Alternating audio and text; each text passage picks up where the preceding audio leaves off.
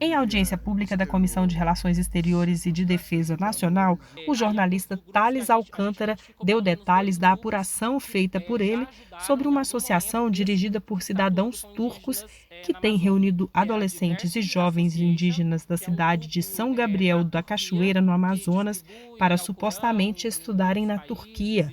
Segundo o jornalista, primeiro eles são hospedados numa casa em Manaus para estudar árabe e recebem doutrinação islâmica. Inicialmente, quando a gente entrevistou o líder desse grupo, o Abdul Hakim Tokdemir, ele omitia essa parte religiosa. Mas quando a gente ia conversar com os pais e com as crianças e adolescentes, eles revelavam que a parte religiosa era uma parte central da rotina nesse internato improvisado que eles viviam em Manaus.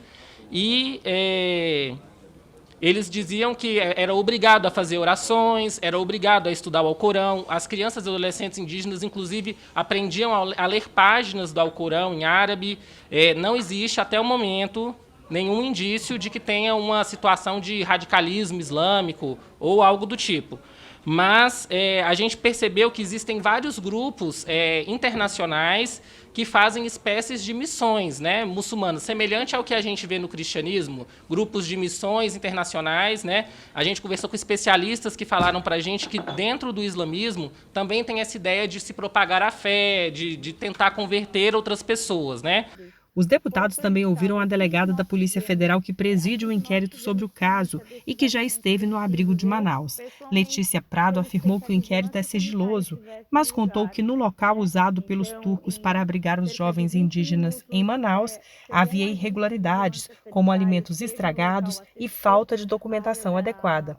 Inclusive, o abrigo já foi fechado. Então, após toda essa diligência, o Conselho Tutelar, junto atestando dentro das suas atribuições essa questão irregular do local, do ponto de vista desses menores, foi autorizado, então, que essas crianças esses adolescentes e essa criança fossem retirados do local e enviados até um abrigo para que, após, dentro dessas atribuições do Conselho Tutelar, eles foram restituídos a São Gabriel da Cachoeira. A representante da FUNAI, Lúcia Alberta, contou que vários órgãos do governo federal estão atuando para evitar a cooptação de mais jovens indígenas e que o intuito é combater a pobreza e a falta de oportunidades em regiões como São Gabriel da Cachoeira, onde os jovens têm sido seduzidos com a promessa de uma vida melhor.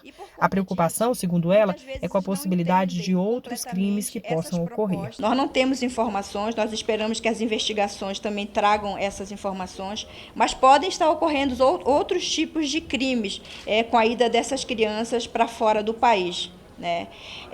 Que podem estar ligados à exploração sexual, a tráfico humano, dentre outros tipos de crimes e violações de direito da forma mais grave possível. Deputados apresentaram vários questionamentos sobre o caso e pretendem aprofundar as investigações. E, em havendo crime, os responsáveis têm que ser, com direito de defesa, punidos.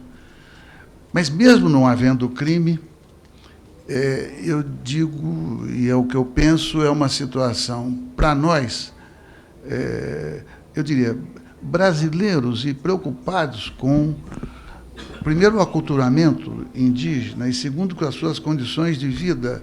Que a sugestão, então, que fica para o Ministério é que, já que é um ministério específico dos povos indígenas ou povos tradicionais, que o Ministério crie uma campanha de alerta para as famílias, para os pais e mães dessas crianças nativas, para que essas famílias possam entender o que é um processo de doação. Se querem fazer a doação, que faça tudo de forma legal, né, seguindo a lei, e para que não fiquem fora da lei. Que a comissão possa estar mais presente também, unindo forças aí para a interrupção de alguns fatos que restam bastante nebulosos.